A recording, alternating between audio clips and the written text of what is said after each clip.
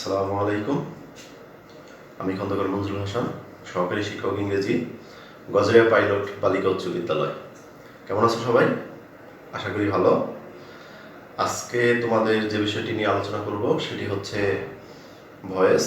গতবার আমরা শিখেছিলাম ভয়েস পরিবর্তনের নিয়ম। সেখানে আমরা 4 নম্বরে প্রিপোজিশন ইউজ করেছি বাই। আজকে সেই জিনিসটাই শিখব যে বাই ছাড়া আর কি কি প্রিপোজিশন এখানে বসে। তো এক্ষেত্রে আমি তোমাদের কিছু উদাহরণ দিয়েছি, আমরা প্রথম থেকে খেয়াল করি। তো এখানে আই নো দ্য ম্যান, তো এখানে নো, এরপরে স্যাটিসফাইড, কন্টেইন, প্লিজড, এই ভার্বগুলোর সাথে কোন প্রিপোজিশন বসে এগুলো তোমার মুখস্থ রাখতে হবে। তা আমরা এক নজরে একটু দেখে আসি যে এখানে নোর পরে আসলে আমরা বাই ইউজ করতে পারবো না, আমাদের ইউজ করতে হবে টু। স্যাটিসফাই এর পরে উইথ অথবা অ্যাট। যদি সাবজেক্ট ব্যক্তি থাকে সেটাকে আমরা অবজেক্ট হিসেবে বসাই, তখন আমরা উইথ ব্যবহার করব। আর যদি বস্তু থাকে সেক্ষেত্রে আমরা অ্যাট ইউজ করব। Please with at. সেম নিয়ম, যদি ব্যক্তি থাকে সেক্ষেত্রে আমরা উইথ ব্যবহার করব, আর বস্তু থাকলে অ্যাট ইউজ করব। কন্টেইনের পর ইন, ইন্টারেস্টের পর in, shock at, Marvel at, fill with. এই প্রিপোজিশনগুলো তোমরা অবশ্যই ভালোভাবে মুখস্থ করে নেবে যে এই ভার্বগুলোর পরে আমাদেরকে এই প্রিপোজিশনগুলো ব্যবহার করতে হবে। আচ্ছা, এবার আমরা উদাহরণে চলে যাই। I know the man, the man object, I subject, know verb. তোমাদের আগেই বলেছিলাম তিনটি জিনিস খুব ভালোভাবে আইডেন্টিফাই করতে হবে, সাবজেক্ট, ভার্ব এবং অবজেক্ট। তো আমরা অবজেক্টকে সাবজেক্ট বানাই, দ্য ম্যানকে সাবজেক্ট বানালাম। যেহেতু প্রেজেন্ট ইনডিফিনিট টেন্স, সাহায্যকারী ভার্ব ইজ, মূল ভার্বের পাস্ট পার্টিসিপল নন, এরপর ননের পরে এখান থেকে আমরা জানলাম টু বসে, নন টু, আইয়ের অবজেক্ট মি। তাহলে the man is known to me. কেউ যদি এখানে বাই ইউজ করো তার বাক্যটি কিন্তু ভুল হবে, অর্থাৎ এটা যে পরীক্ষক দেখবে কেটে দিবে। তো এই বিষয়ে সাবধান থাকবে। দ্বিতীয় বাক্যটি দেখো, দ্য বয় স্যাটিসফাইড আস। তাহলে আস এর সাবজেক্ট হচ্ছে উই। যেহেতু এটা পাস্ট টেন্স, সুতরাং আমরা সাহায্যকারী ভার্ব হিসেবে বসাবো ওয়ার। উই এর পরে ওয়ার বসে। স্যাটিসফাইড এর পাস্ট পার্টিসিপল স্যাটিসফাইড এর পরে দেখো সাবজেক্ট দ্য বয়, এটাকে আমরা অবজেক্ট হিসেবে বসালাম। যেহেতু ব্যক্তি, খেয়াল করো ব্যক্তি হলে তোমাদের আগে বলেছি উইথ বসাতে হবে। তাহলে এখানে আমরা বসাবো স্যাটিসফাইড উইথ দ্য বয়। আচ্ছা, এরপরে আসি, your work satisfied me. Your work, not you, your work, তোমার কাজ আমাকে সন্তুষ্ট করেছিল। মি এর সাবজেক্ট আই, যেহেতু পাস্ট টেন্স ওয়াজ, স্যাটিসফাইড এর পাস্ট পার্টিসিপল স্যাটিসফাইড এর পরে যেহেতু আমরা ইউর ওয়ার্ককে অবজেক্ট বানালাম, সুতরাং এখানে বস্তু বা কর্ম, হ্যাঁ, সেই ক্ষেত্রে আমাদের এখানে ইউজ করতে হবে at, satisfied at your work. এরপরে আসি অন্য একটি বাক্যে, the book contains many things. The book হচ্ছে subject, contains verb, many things হচ্ছে অবজেক্ট। এখন এই জিনিসটাকে আমরা সাবজেক্ট বানাই। মেনি থিংস যেহেতু প্রেজেন্ট টেন্স, সুতরাং সাহায্যকারী ভার্ব এম ইজ আর, এখানে আর বসাতে হবে। কন্টেইনের পাস্ট পার্টিসিপল কন্টেইনড। কন্টেন্টের পরে দেখো এখানে কি বসে, ইন। তাহলে কন্টেন্ট ইন দ্য বুক। আচ্ছা, এরপর শেষ বাক্যটি, এটি দেখি আমরা, his behaviour pleased me. His behaviour হচ্ছে সাবজেক্ট, প্লিজড হচ্ছে ভার্ব, মি হচ্ছে অবজেক্ট। তো এক নম্বর আমাদের সেই 5টি কাজের কথা তোমাদের মনে আছে। 1 নম্বরে অবজেক্টকে সাবজেক্ট বানাতে হবে, 2 নম্বরে টেন্স অনুযায়ী ভার্ব, 3 নম্বরে বি3, 4 নম্বরে বাই, টু, অ্যাট, 5 নম্বরে সাবজেক্টকে অবজেক্ট। তাহলে মি এর সাবজেক্ট আই, যেহেতু প্লিজড ভার্বের পাস্ট ফর্ম, সুতরাং ওয়াজ বা ওয়ার, আয়ের পরে ওয়াজ বসে। প্লিজ এর পাস্ট পার্টিসিপল প্লিজড। এরপর আমরা সাবজেক্টকে অবজেক্ট বানাই হিজ বিহেভিয়ার, যেহেতু এখানে দেখো তার ব্যবহার, সুতরাং বস্তু বা কর্ম হিসেবে আমরা এটাকে ধরতে পারি। তো সেই ক্ষেত্রে আমাদের বসাতে হবে প্লিজড এর পরে অ্যাট। যদি এখানে ব্যক্তি থাকতো তাহলে কিন্তু আমরা উইথ বসাতাম। আশা করি তোমরা এই ভার্বগুলো মুখস্থ করলে এই সেন্টেন্সগুলো আসলে ভুল করবে না।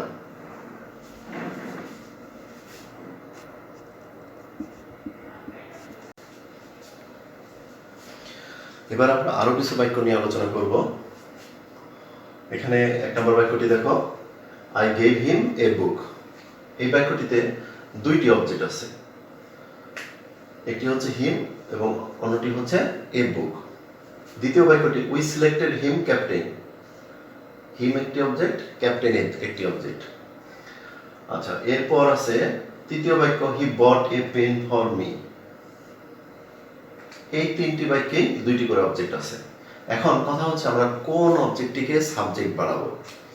আচ্ছা, এখানে আমি একটা কথা বলে রাখি, সেটি হচ্ছে যখন ডাইরেক্ট অবজেক্ট এবং ইনডাইরেক্ট অবজেক্ট থাকবে তখন আমরা যে কোনো একটিকে সাবজেক্ট বানাতে পারবো। অর্থাৎ প্রথমটিকেও বানালেও হবে, দ্বিতীয়টিকে বানালেও হবে। তবে কিছু কিছু সেন্টেন্স আছে যেখানে সাবজেক্ট ভার্ব অবজেক্ট থাকার পরে বাক্যটির অর্থ স্বয়ংসম্পূর্ণ হয় না। যেমন উই সিলেক্টেড হিম, আমরা তাকে নির্বাচন করলাম। কি নির্বাচন করলাম? একটি কথা থেকে যায়। তো তখন আমরা যদি এই শব্দটি বসাই ক্যাপ্টেন, আমরা তাকে ক্যাপ্টেন নির্বাচন করলাম, তখন এই বাক্যটির অর্থ স্বয়ংসম্পূর্ণ হলো। এই দ্বিতীয় যে অবজেক্টটি বসানো হলো, এটি বসিয়ে এই বাক্যের অর্থ স্বয়ংসম্পূর্ণ করা হলো এবং এটি হচ্ছে ফ্যাক্টিটিভ অবজেক্ট। এই অবজেক্টটিকে কখনো সাবজেক্ট বানানো যায় না। 3 নম্বর বাক্যে ফর মি, প্রিপজিশন যুক্ত অবজেক্ট, অর্থাৎ প্রিপজিশনাল অবজেক্ট কখনো বাক্যের সাবজেক্ট হবে না। তো সেই ক্ষেত্রে আমি মনে করি তোমরা একটি পয়েন্ট খেয়াল করো, প্রত্যেকটি বাক্যে প্রথম অবজেক্টটি সাবজেক্ট বানানোটাই বেটার। তোমরা এই নিয়মটি ফলো করবে। তাহলে আমরা প্রথম বাক্য, হিমের সাবজেক্ট হচ্ছে হি, যেহেতু এটি পাস্ট টেন্স আমরা বসালাম ওয়াজ, হি ওয়াজ। গেভ এর পাস্ট পার্টিসিপল গিভেন। এই যে দ্বিতীয় যে অবজেক্টটি, এটি মূল ভার্বের পাস্ট পার্টিসিপলে পরে বসিয়ে দিবে।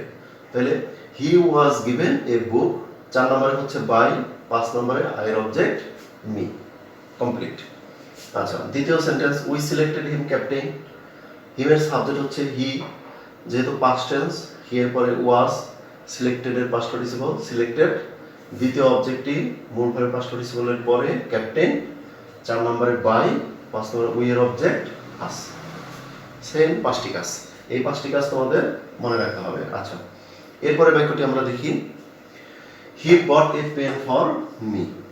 এ pen past tense was, bought এর past participle bought, for me by, he এর অবজেক্ট হিম। তাহলে এখন দেখো আমাদের সেই 5টি কাজ আমরা যদি দেখি, 1 নম্বরে অবজেক্টের সাবজেক্ট, 2 নম্বরে টেন্স অনুযায়ী সাহায্যকারী ভার্ব, 3 নম্বরে মূল ভার্বের পাস্ট পার্টিসিপল, 4 নম্বরে বাই, 5 নম্বরে সাবজেক্টকে অবজেক্ট।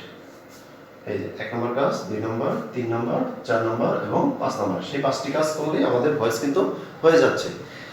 এখানে একটি কথা হচ্ছে যে ফর মি একটি অতিরিক্ত অংশ ছিল, যখন কোনো অতিরিক্ত অংশ থাকবে সেটি মূল ভার্বের পাস্ট পার্টিসিপলের পরে বসিয়ে দিবে। আবার কিছু কিছু ক্ষেত্রে বাক্যের শেষেও বসানো যায়। আচ্ছা, এরপরের বাক্যটি আমরা দেখি, হি ক্যান প্লে ফুটবল।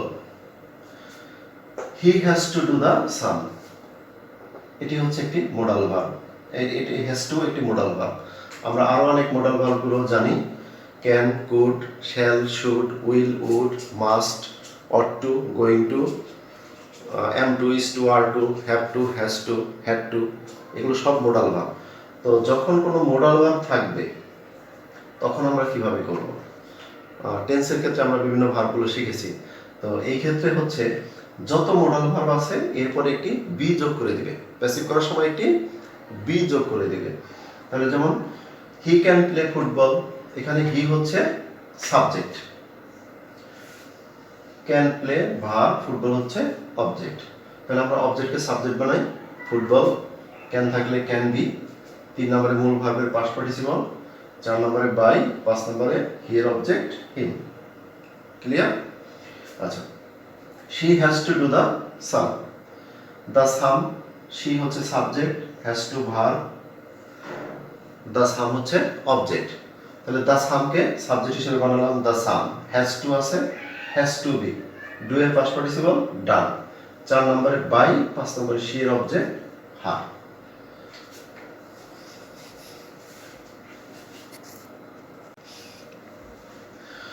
এবার আমরা অ্যাসার্টিভ সেন্টেন্সের আরো কিছু নিয়ম শিখব। এখানে আরো কিছু উদাহরণ দেওয়া হয়েছে, তো আমরা বাক্যে চলে যাই। I saw him going to school. এখানে আই হচ্ছে সাবজেক্ট, স ভার্ব, হিম হচ্ছে অবজেক্ট এবং গোয়িং টু স্কুল এক্সটেনশন। তো আমরা প্রথমে সেই 5টি কাজ করব। 1 নম্বরে অবজেক্টের সাবজেক্ট স, ভার্বে পাস্ট ফর্ম, সুতরাং সেই অনুযায়ী ওয়াজ বা ওয়ার, হির পরে ওয়াজ বসে, ওয়াজ, ছয় পাস্ট পার্টিসিপল সিন। 4 নম্বরে বাই, 5 নম্বরে সাবজেক্ট, আই এর অবজেক্টিভ ফর্ম হচ্ছে মি, তাহলে এখানে মি বসালাম। তাহলে he was seen by me. বাকি রইল অতিরিক্ত অংশ, গোয়িং টু স্কুল। এই অংশটি মূল ভার্বের পাস্ট পার্টিসিপলের পরে বসিয়ে দিবে। তাহলে he was seen going to school by me. আচ্ছা, এরপর আরেকটি বাক্য দেখি। I saw him go to school. Subject, verb, object, অতিরিক্ত অংশ। তাহলে হিমের সাবজেক্ট হি, পাস্ট টেন্স, সুতরাং সেই হিসেবে ওয়াজ। 6 পাস্ট পার্টিসিপল সিন। এখন খেয়াল করো, এখানে ছিল ভার্বের সাথে আইএনজি, কিন্তু এটা ভার্বের বেস ফর্ম আছে, আর এখানে একটি টু উজ্জ আছে, যেটাকে আমরা বলি বেয়ার ইনফিনিটিভ। তো এই টুটা এখানে এই ভার্ব এবং এই ভার্বের মাঝে একটি শব্দ ছিল, যার কারণে টুটা উজ্জ ছিল, কিন্তু এখানে আর সেটি করা যাবে না। এখানে আমাদের টুটি এই টু দিয়ে দিতে হবে। তাহলে he was seen to go to school by me, I এর object me. We let him go home. We subject, let verb, him object, go home অতিরিক্ত অংশ। আমরা আমাদের সেই চিরাচরিত 5টি কাজ, এই 5টি কাজ আগে করি। তাহলে 1 নম্বর হিমের সাবজেক্ট, 1 নম্বর কাজ অবজেক্টকে সাবজেক্ট বানালাম। প্রেজেন্ট ইনডিফিনিট টেন্স, এটার present form, past form, past participle form, let let let, তিনোটা ফর্মই এক, সুতরাং এটাকে আমরা প্রেজেন্ট টেন্সে ধরতে পারি, পাস্ট টেন্সে ধরতে পারি। আমরা এটাকে প্রেজেন্ট টেন্স ধরেই করছি। সাহায্যকারী ভার্ব ইজ, লেটের পাস্ট পার্টিসিপল লেট, অবশিষ্ট থাকে গো হোম, 4 নম্বরে বাই, উই এর অবজেক্ট আস। এখানে একটু খেয়াল করো, এই জায়গায় টু ইউজ করলাম, কিন্তু এখানে করিনি। আসলে লেট একটি ভার্ব, যার পরে টুটা সবসময় উজ্জ থাকে, এখানে কখনোই লিখতে পারবে না, দূরে থাকলেও লিখতে পারবো না, এবং পাশাপাশি যদি আমরা দুইটি ভার্ব, লেটের পরে কোনো ভার্ব ইউজ করি, সেক্ষেত্রে আমরা টু লিখতে পারবো না। আচ্ছা, তো এরপরে আরেকটি বাক্য দেখি। He let me do the work. তিনি আমাকে কাজটি করার অনুমতি দিলেন। তাহলে মি এর সাবজেক্ট আই, যেহেতু এখানে ভার্বের শেষে এস বা ইয়েস কিছু নাই, তার মানে এটি হচ্ছে পাস্ট ইনডিফিনিট টেন্সের একটি বাক্য।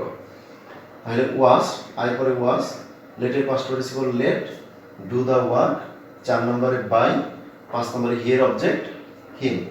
এখানেও খেয়াল করো, লেটের পরে কিন্তু আমরা টু ইউজ করি নি, অর্থাৎ লেটের পরে টু সবসময় উজ্জ থাকবে।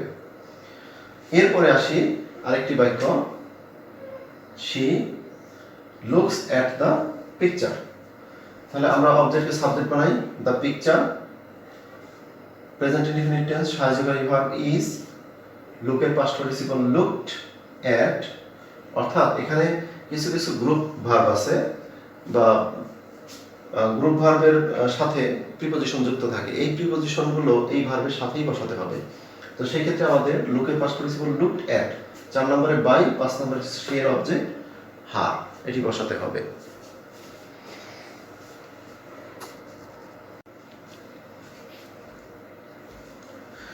এখন যে বিষয়টি নিয়ে আলোচনা করব, আশা করি এই সেন্টেন্সগুলো শেষ হলেই অ্যাসার্টিভ সেন্টেন্সের ভয়েস শেষ হয়ে যাবে। তো আমরা এখানে দেখি কমপ্লেক্স সেন্টেন্সের ভয়েস এবং কম্পাউন্ড সেন্টেন্সের ভয়েসগুলো। খেয়াল করো, we know that he is honest. এখানে we subject, know verb, that he is honest, এই পুরোটা হচ্ছে অবজেক্ট, ক্লোজ অবজেক্ট। আচ্ছা, তো সেই ক্ষেত্রে আমরা এটাকে দুইভাবে প্যাসিভ করতে পারি। এক, এখানে আমরা একটি ইট ধরে নিতে পারি, ইট উজ্জ আছে, অর্থাৎ এই সেন্টেন্সের পরিবর্তে, ক্লোজের পরিবর্তে আমরা ইট ধরতে পারি। তো সেই ক্ষেত্রে আমরা ইটকে সাবজেক্ট বানাতে পারি, ইট। যেহেতু এটি প্রেজেন্ট টেন্স সুতরাং সাহায্যকারী ভার্ব ইজ। 3 নম্বরে নো এর পাস্ট পার্টিসিপল নোন, 4 নম্বরে টু উই এর object us, that he is honest. তাহলে it is known to us that he is honest, এই হচ্ছে একটি বাক্য। দ্বিতীয়টি হচ্ছে যেহেতু এটি অবজেক্ট, সাবজেক্ট ভার্ব অবজেক্ট, আমরা এই পুরোটাকে সাবজেক্ট বানাতে পারি। তাহলে that he is honest present tense, সুতরাং সাহায্যকারী ভার্ব ইজ, নো এর past participle known, to we এর অবজেক্ট আস। ক্লিয়ার? তোমাদের যে নিয়মটি খুশি সেটি সেই নিয়মে করতে পারবে, কোনো সমস্যা নেই। আচ্ছা, এরপর আরেকটি বাক্য দেখি, I know that he did the work. তোমরা খেয়াল করলে দেখবে এখানে দ্যাট এর আগের অংশ এবং পরের অংশ দু অংশের ভয়েস করা যায়। অর্থাৎ যদি দ্যাট এর আগের অংশ বা পরের অংশ দুইটি অংশের ভয়েস করা যায় তাহলে কিন্তু আমাদের দুইটি অংশেই ভয়েস করতে হবে। এক্ষেত্রে শুধু একটি অংশ ভয়েস করে আরেকটি অংশ যদি আমরা রেখে দিই তাহলে কিন্তু আমাদের ভয়েসটি হবে না, এটা খেয়াল রাখতে হবে। তাহলে এখন দেখো আই নো দ্যাট, তাহলে সেই একইভাবে আমরা এটার পরিবর্তে ইট ধরে নিই। It present tense is, know এর পাস্ট পার্টিসিপল নোন, 4 নম্বরে হচ্ছে টু, আই এর অবজেক্ট মি, তাহলে it is known to me, দ্যাটের জায়গায় থাকবে। এরপরে এই অংশের সাবজেক্ট, এই ক্লোজের সাবজেক্ট হচ্ছে হি, ভার্ব হচ্ছে ডিড এবং দ্য ওয়ার্ক হচ্ছে অবজেক্ট। তাহলে অবজেক্টকে সাবজেক্ট বানাই, দ্য ওয়ার্ক যেহেতু পাস্ট টেন্স ওয়াজ, ডিড এর পাস্ট পার্টিসিপল ডান, 4 নম্বরে বাই, 5 নম্বরে হি এর অবজেক্ট হিম। ক্লিয়ার? তাহলে এখানে হি এর object him. It is known to me that the work was done by him. আচ্ছা, এরপরে আসি কম্পাউন্ড সেন্টেন্সের ভয়েস। কম্পাউন্ড সেন্টেন্সে যদি একই ব্যক্তি থাকে, একই ব্যক্তি দুই ভার্বের কাজ করে এবং দুইটি কাজ করে, সেক্ষেত্রে অবজেক্ট হলো দুইটি কিন্তু সাবজেক্ট ছিল একটি। আর যদি দুই ব্যক্তি দুইটি কাজ করে তাহলে দুইটি সাবজেক্ট দুইটি অবজেক্ট। সুতরাং এই জিনিসটা একটু খেয়াল করতে হবে। দেখো হি এইট রাইস, হি এইট রাইস এই ভার্বের কাজটা সে করছে, অ্যান্ড আই ড্রিঙ্ক কফি এবং আমি কফি খেলাম, এই ভার্বের কাজটা আমি করেছি। আচ্ছা, তাহলে রাইস এখানে অবজেক্ট, এখানে কিন্তু আমরা দুইটি অংশ পেলাম। আবার দ্বিতীয় অংশে দেখো হি এইট রাইস, সে ভাত খেলো, অ্যান্ড ড্রিঙ্ক কফি এবং এরপর সে কফি পান করলো। আচ্ছা, তাহলে এখানে দুইটা কাজই সে করছে।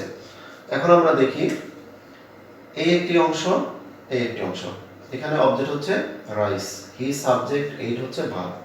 তাহলে অবজেক্টকে সাবজেক্ট বানাই, রাইস পাস্ট টেন্স সাহায্যকারী ভার্ব ওয়াজ, ইটের পাস্ট পার্টিসিপল ইটেন, 4 নম্বরে বাই, হি এর অবজেক্ট হিম, অ্যান্ড পরের বাক্যের subject I, drink verb, coffee হচ্ছে অবজেক্ট। তো কফিকে সাবজেক্ট বানাই, কফি পাস্ট টেন্স ওয়াজ, ড্রিঙ্কের past participle drunk, by I এর object me, and coffee was drunk by me. দ্বিতীয় বাক্যে দেখো subject verb object, verb object. আচ্ছা, এখানে রাইস অবজেক্টকে সাবজেক্ট বানালাম, টেন্স অনুযায়ী সাহায্যকারী ভার্ব ওয়াজ, এইট এর past participle eaten, and coffee past tense was drunk by him.